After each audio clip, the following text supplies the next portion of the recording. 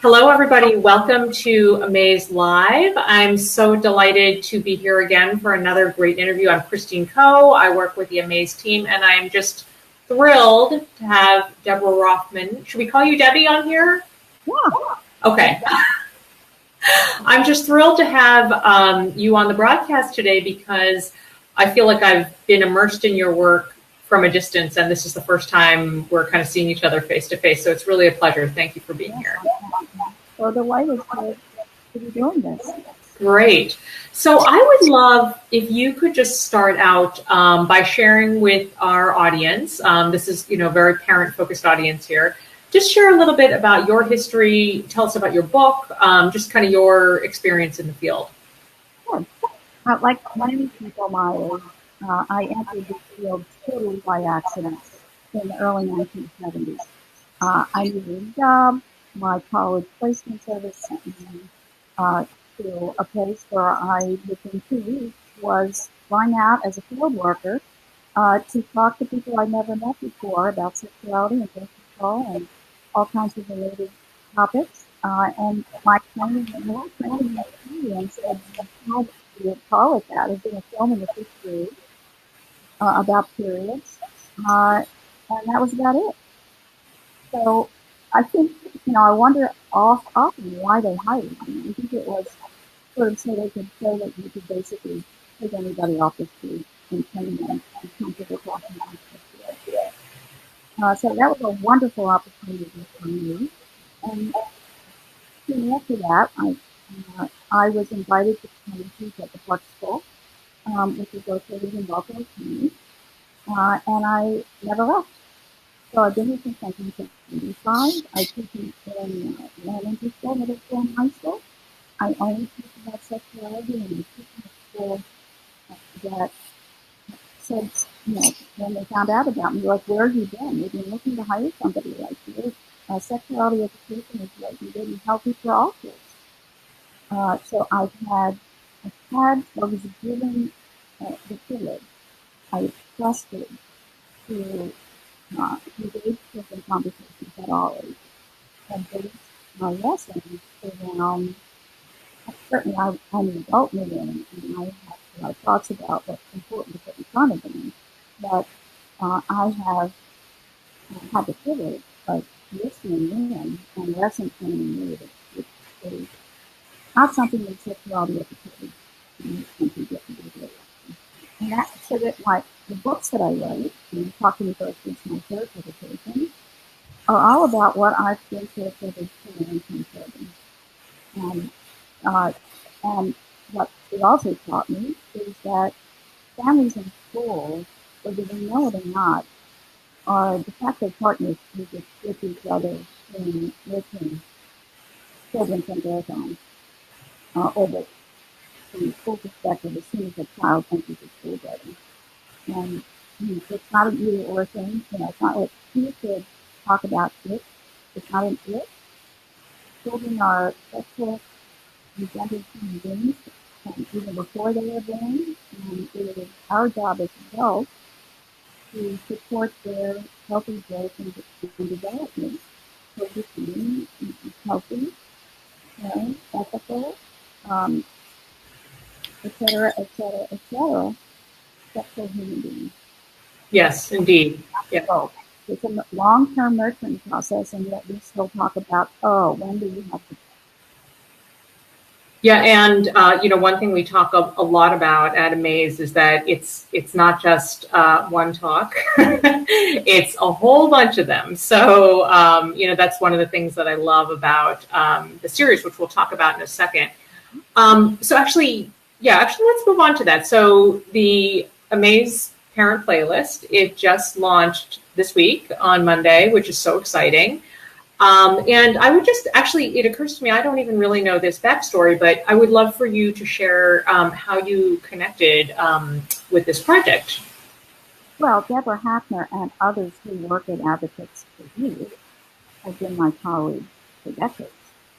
And I have developed, I guess, sort of one of my specific areas of expertise is around young children and working with parents at all ages. stages of development, but particularly helping young parents to understand what their role is and to give up really what I think of as misplaced anxieties about putting that process in place when children are young. So that, I guess that's, one of the books I wrote was geared toward that population. So I suppose it's a sort of I'm an all-purpose human sexuality educator, but I suppose it could be said that I have a subspecialty on young children. Well, yes, and I agree for sure. I mean, young kids have so many questions. I have a 6-year-old. No, wait, is she 7? She's 7, and a 13-year-old. So, very much squarely in both the older and younger targets for AMAZE. But I think a lot of parents would ask, why sex ed for 4 to 9-year-olds? So, they might not be into that. What would you say to that? We have certain frames, based on our history with this concept, that cause us really to misunderstand what the process is about. It's not about the adult as gatekeeper. Sexuality is totally foreign to children. I'm an adult. I have all the knowledge. And when I feel that they are, quote unquote, ready, I start turning over that information. So that's basically the frame. We also call it sex education, so that we think, this is about things that have to do with, let's say, genitals, the sex and reproductive parts. And no, it isn't. It's the same. The children from birth on need the same kind of nurturing around this subject as they need around everything else.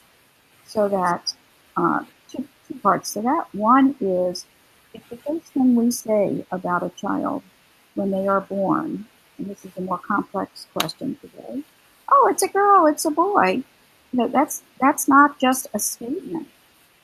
That will be part of how the adults who interact with that child see that child. I mean, there are lots of studies that show that gender really, really matters, and particularly that proclamation the second you're born, and that basically children are going to gender school every day of their lives. And if we don't understand that, then we can't, as adults, if we think it's talking about fallopian tubes, then we can't, as adults, see it as the opportunity is to nurture children in healthy ways.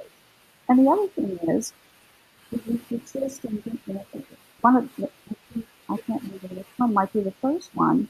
It says, how do you talk to children about sex or something? And I insisted on putting quotes around the word sex, because that's not what it's about. Young children are not interested in sex. They don't know anything about it. They don't want to know anything about it. Yep. They have a sequence of questioning starting at age 4, very commonly. It's the same kind of question they're asking about everything else in their life. In other words, the readiness is cognitive. It's not emotional. And so unless adults understand that, oh my God, they're too young to hear about adult sex, and for them it has nothing to do with that. Yeah, I thought, so I'll link up to all this stuff, and we created some really cute graphics from some of the talking points and tips that you gave for parents. But that really struck me, that point that you made about the fact that, I think all adults, we have this baggage about when our kids ask us about sex, right? Or many do. And I think your point was that when a kid is asking, where do babies come from? They are, in their mind, they're thinking scientific process. Like what is happening here? They're not thinking about the emotion. They're not wanting us to talk about pleasure or things like that. But I think as the grown-ups, we get a little bound up in that, the layers of things, right? So I guess what you're saying is we want to sexualize the conversation. And we miss the point of the conversation. So 4-year-olds, and I could give you a number of cognitively based reasons why 4-year-olds typically ask, where did I come from? Mm-hmm. To them, it is absolutely a simple where question. Yes. To them, it's, I see the cars on the driveway. Where was the car before it was on the driveway? It was in the garage. Oh, thank you. So, see, we know how to think, we know how to use common sense around other subjects, but for a variety of reasons, we use all common sense when it comes to this subject. So they are literally asking, I am here right now. I am out here. Where was I before I was here? And the answer is simply a where answer, which is, oh, babies grow, you grow inside their biological mother's body in a very special place called a uterus. So an adult who hears that question will answer it as a where question, and the child will very likely say, oh, thank you. And now they're off to ask all kinds of where questions about other things. Mm-hmm. Mm-hmm. Absolutely. What would you say? I have a question for you. I'm curious about what are some of the top things that you see parents struggle with as they try to have these conversations with their kids? Well, they struggle because we have belief systems that are deeply embedded in our culture that imply that sexual knowledge is different from other knowledge. That it's this double standard. Knowledge is great, except this knowledge, which could be inherently harmful to children. And I can trace that belief system back 400 years. So that's why we're so stuck as a culture. If you're a parent and you have deep down this notion, even if you can't verbalize it, that, oh, I better hold on to this information because it could be potentially harmful. Right? Our first instinct as parents is to keep it up. So we hold on to that information, again, because we think it's about sex and has nothing to do with sex. And the real problem with that is children have questions, they have predictable questions, they're curious, their bodies really are their first laboratory. Like they learn from the inside out. If they don't get their questions answered, they will turn to other sources. And my dream is that that doesn't happen, and that it will be families and schools who are the primary reference points for children, as in they hear about these things from us first. Yes. Whatever they see, hear, read, etc., over here from other sources will have to be filtered through that. Yeah, actually, that's a good point to ask you. This is a term that I love. That I don't know when I saw it, if I saw it through AMAZE or through the work that you've done, but I love the term askable parent, and I would love for you to explain what that is and why it's an important thing for parents to aspire to. Well, I remember walking home with my mother after the period film. A permission slip at my elementary school wasn't enough. I had actually named my mother with me, who brought the slip. Look at the terror there of some kind. And on the way home, I asked her 3 questions. And the first 2 questions were things I already knew the answer to. I was sort of testing her out.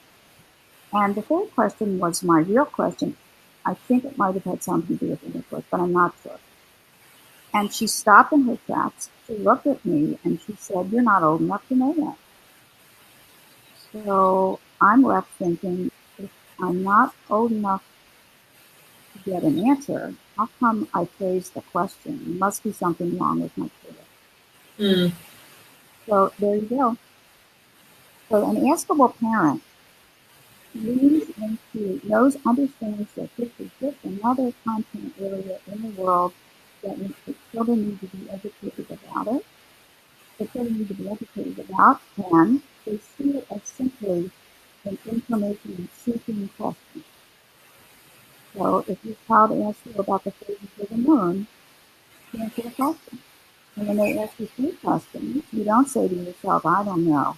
2 questions is okay, but that 3rd question, I'm not so sure. I think that's too much that double standard.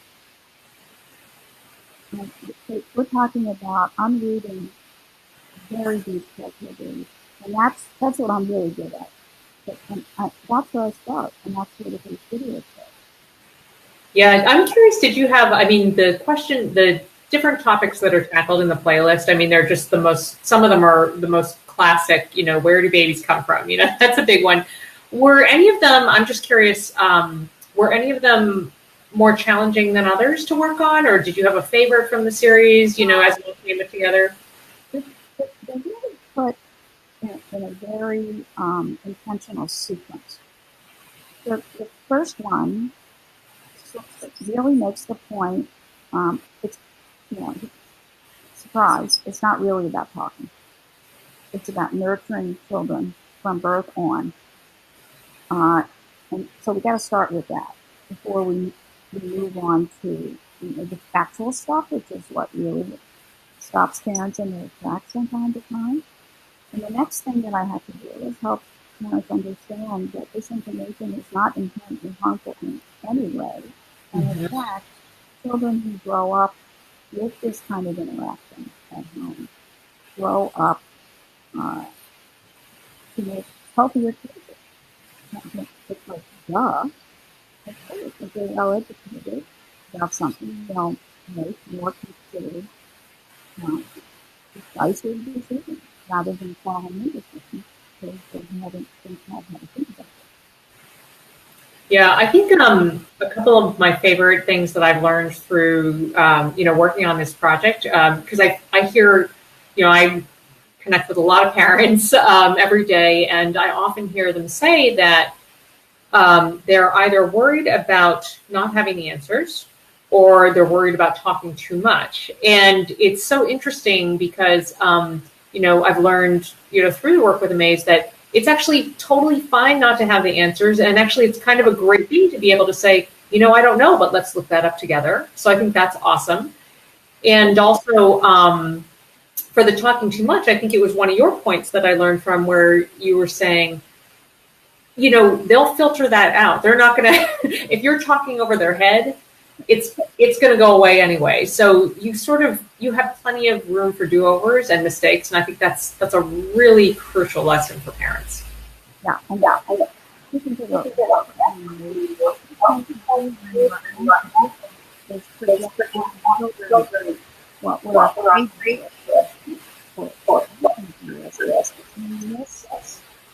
Looking at the world through their eyes.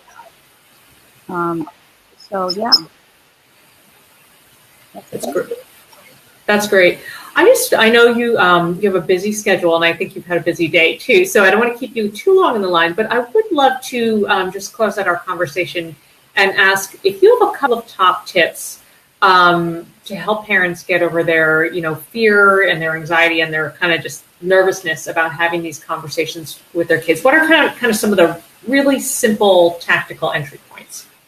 Well, I think the first thing is let's understand that we have this double standard, that we tend not to talk about it, and we also soaked up the embarrassment around us.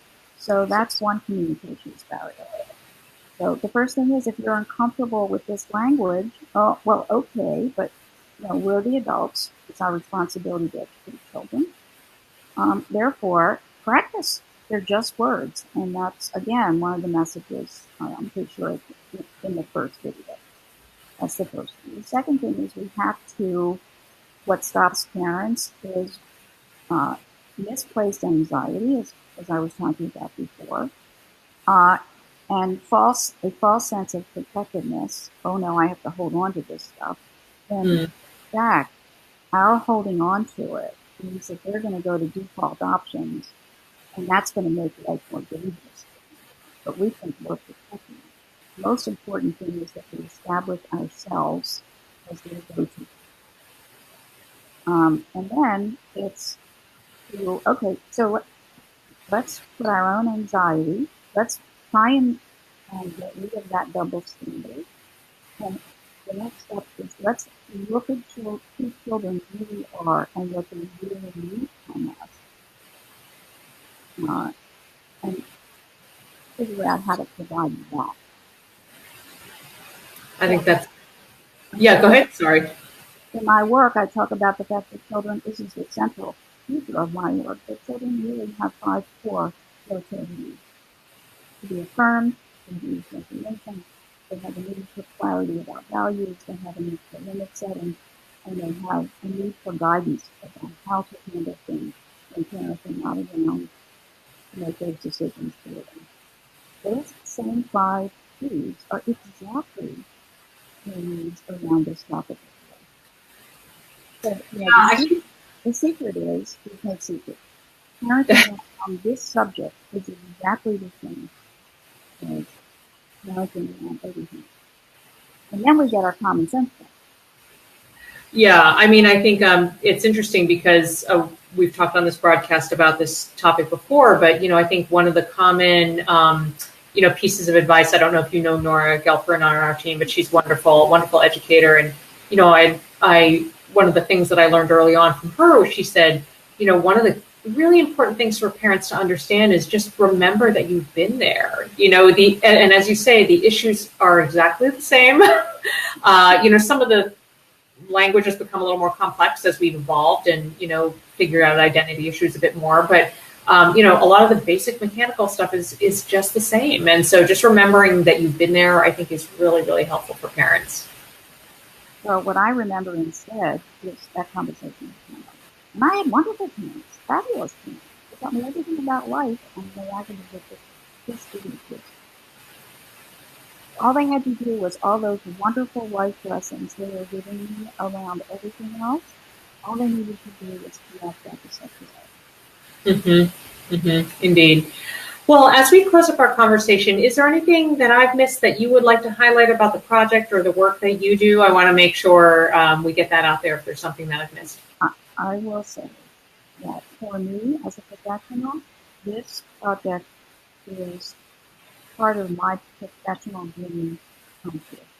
Oh, that's great. No, it is. If we are kidding ourselves, if we think that we can postpone these conversations in a world where I hear regularly about third graders going online and looking at pornography. This is by no means the majority of them. It is a small percentage, but it is growing.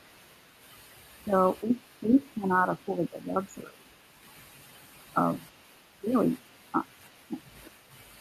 debating. It's really advocating.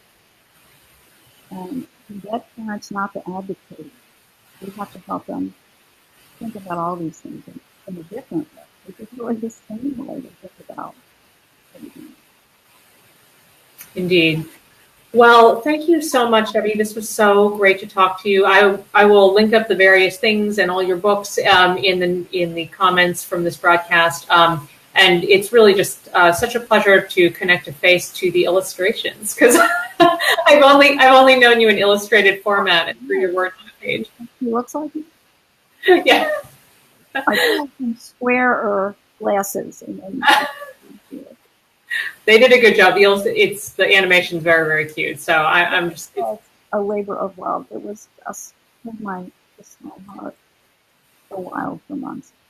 Oh, that's wonderful. Well, thank you so much. And if you're joining us late to the broadcast, and I know a lot of people come to the broadcast afterwards, drop your comments or questions. And Christy Miller-Mahoney, she says, thank you, Debbie, for all the work you do. So excited with the AMAZE Parent playlist.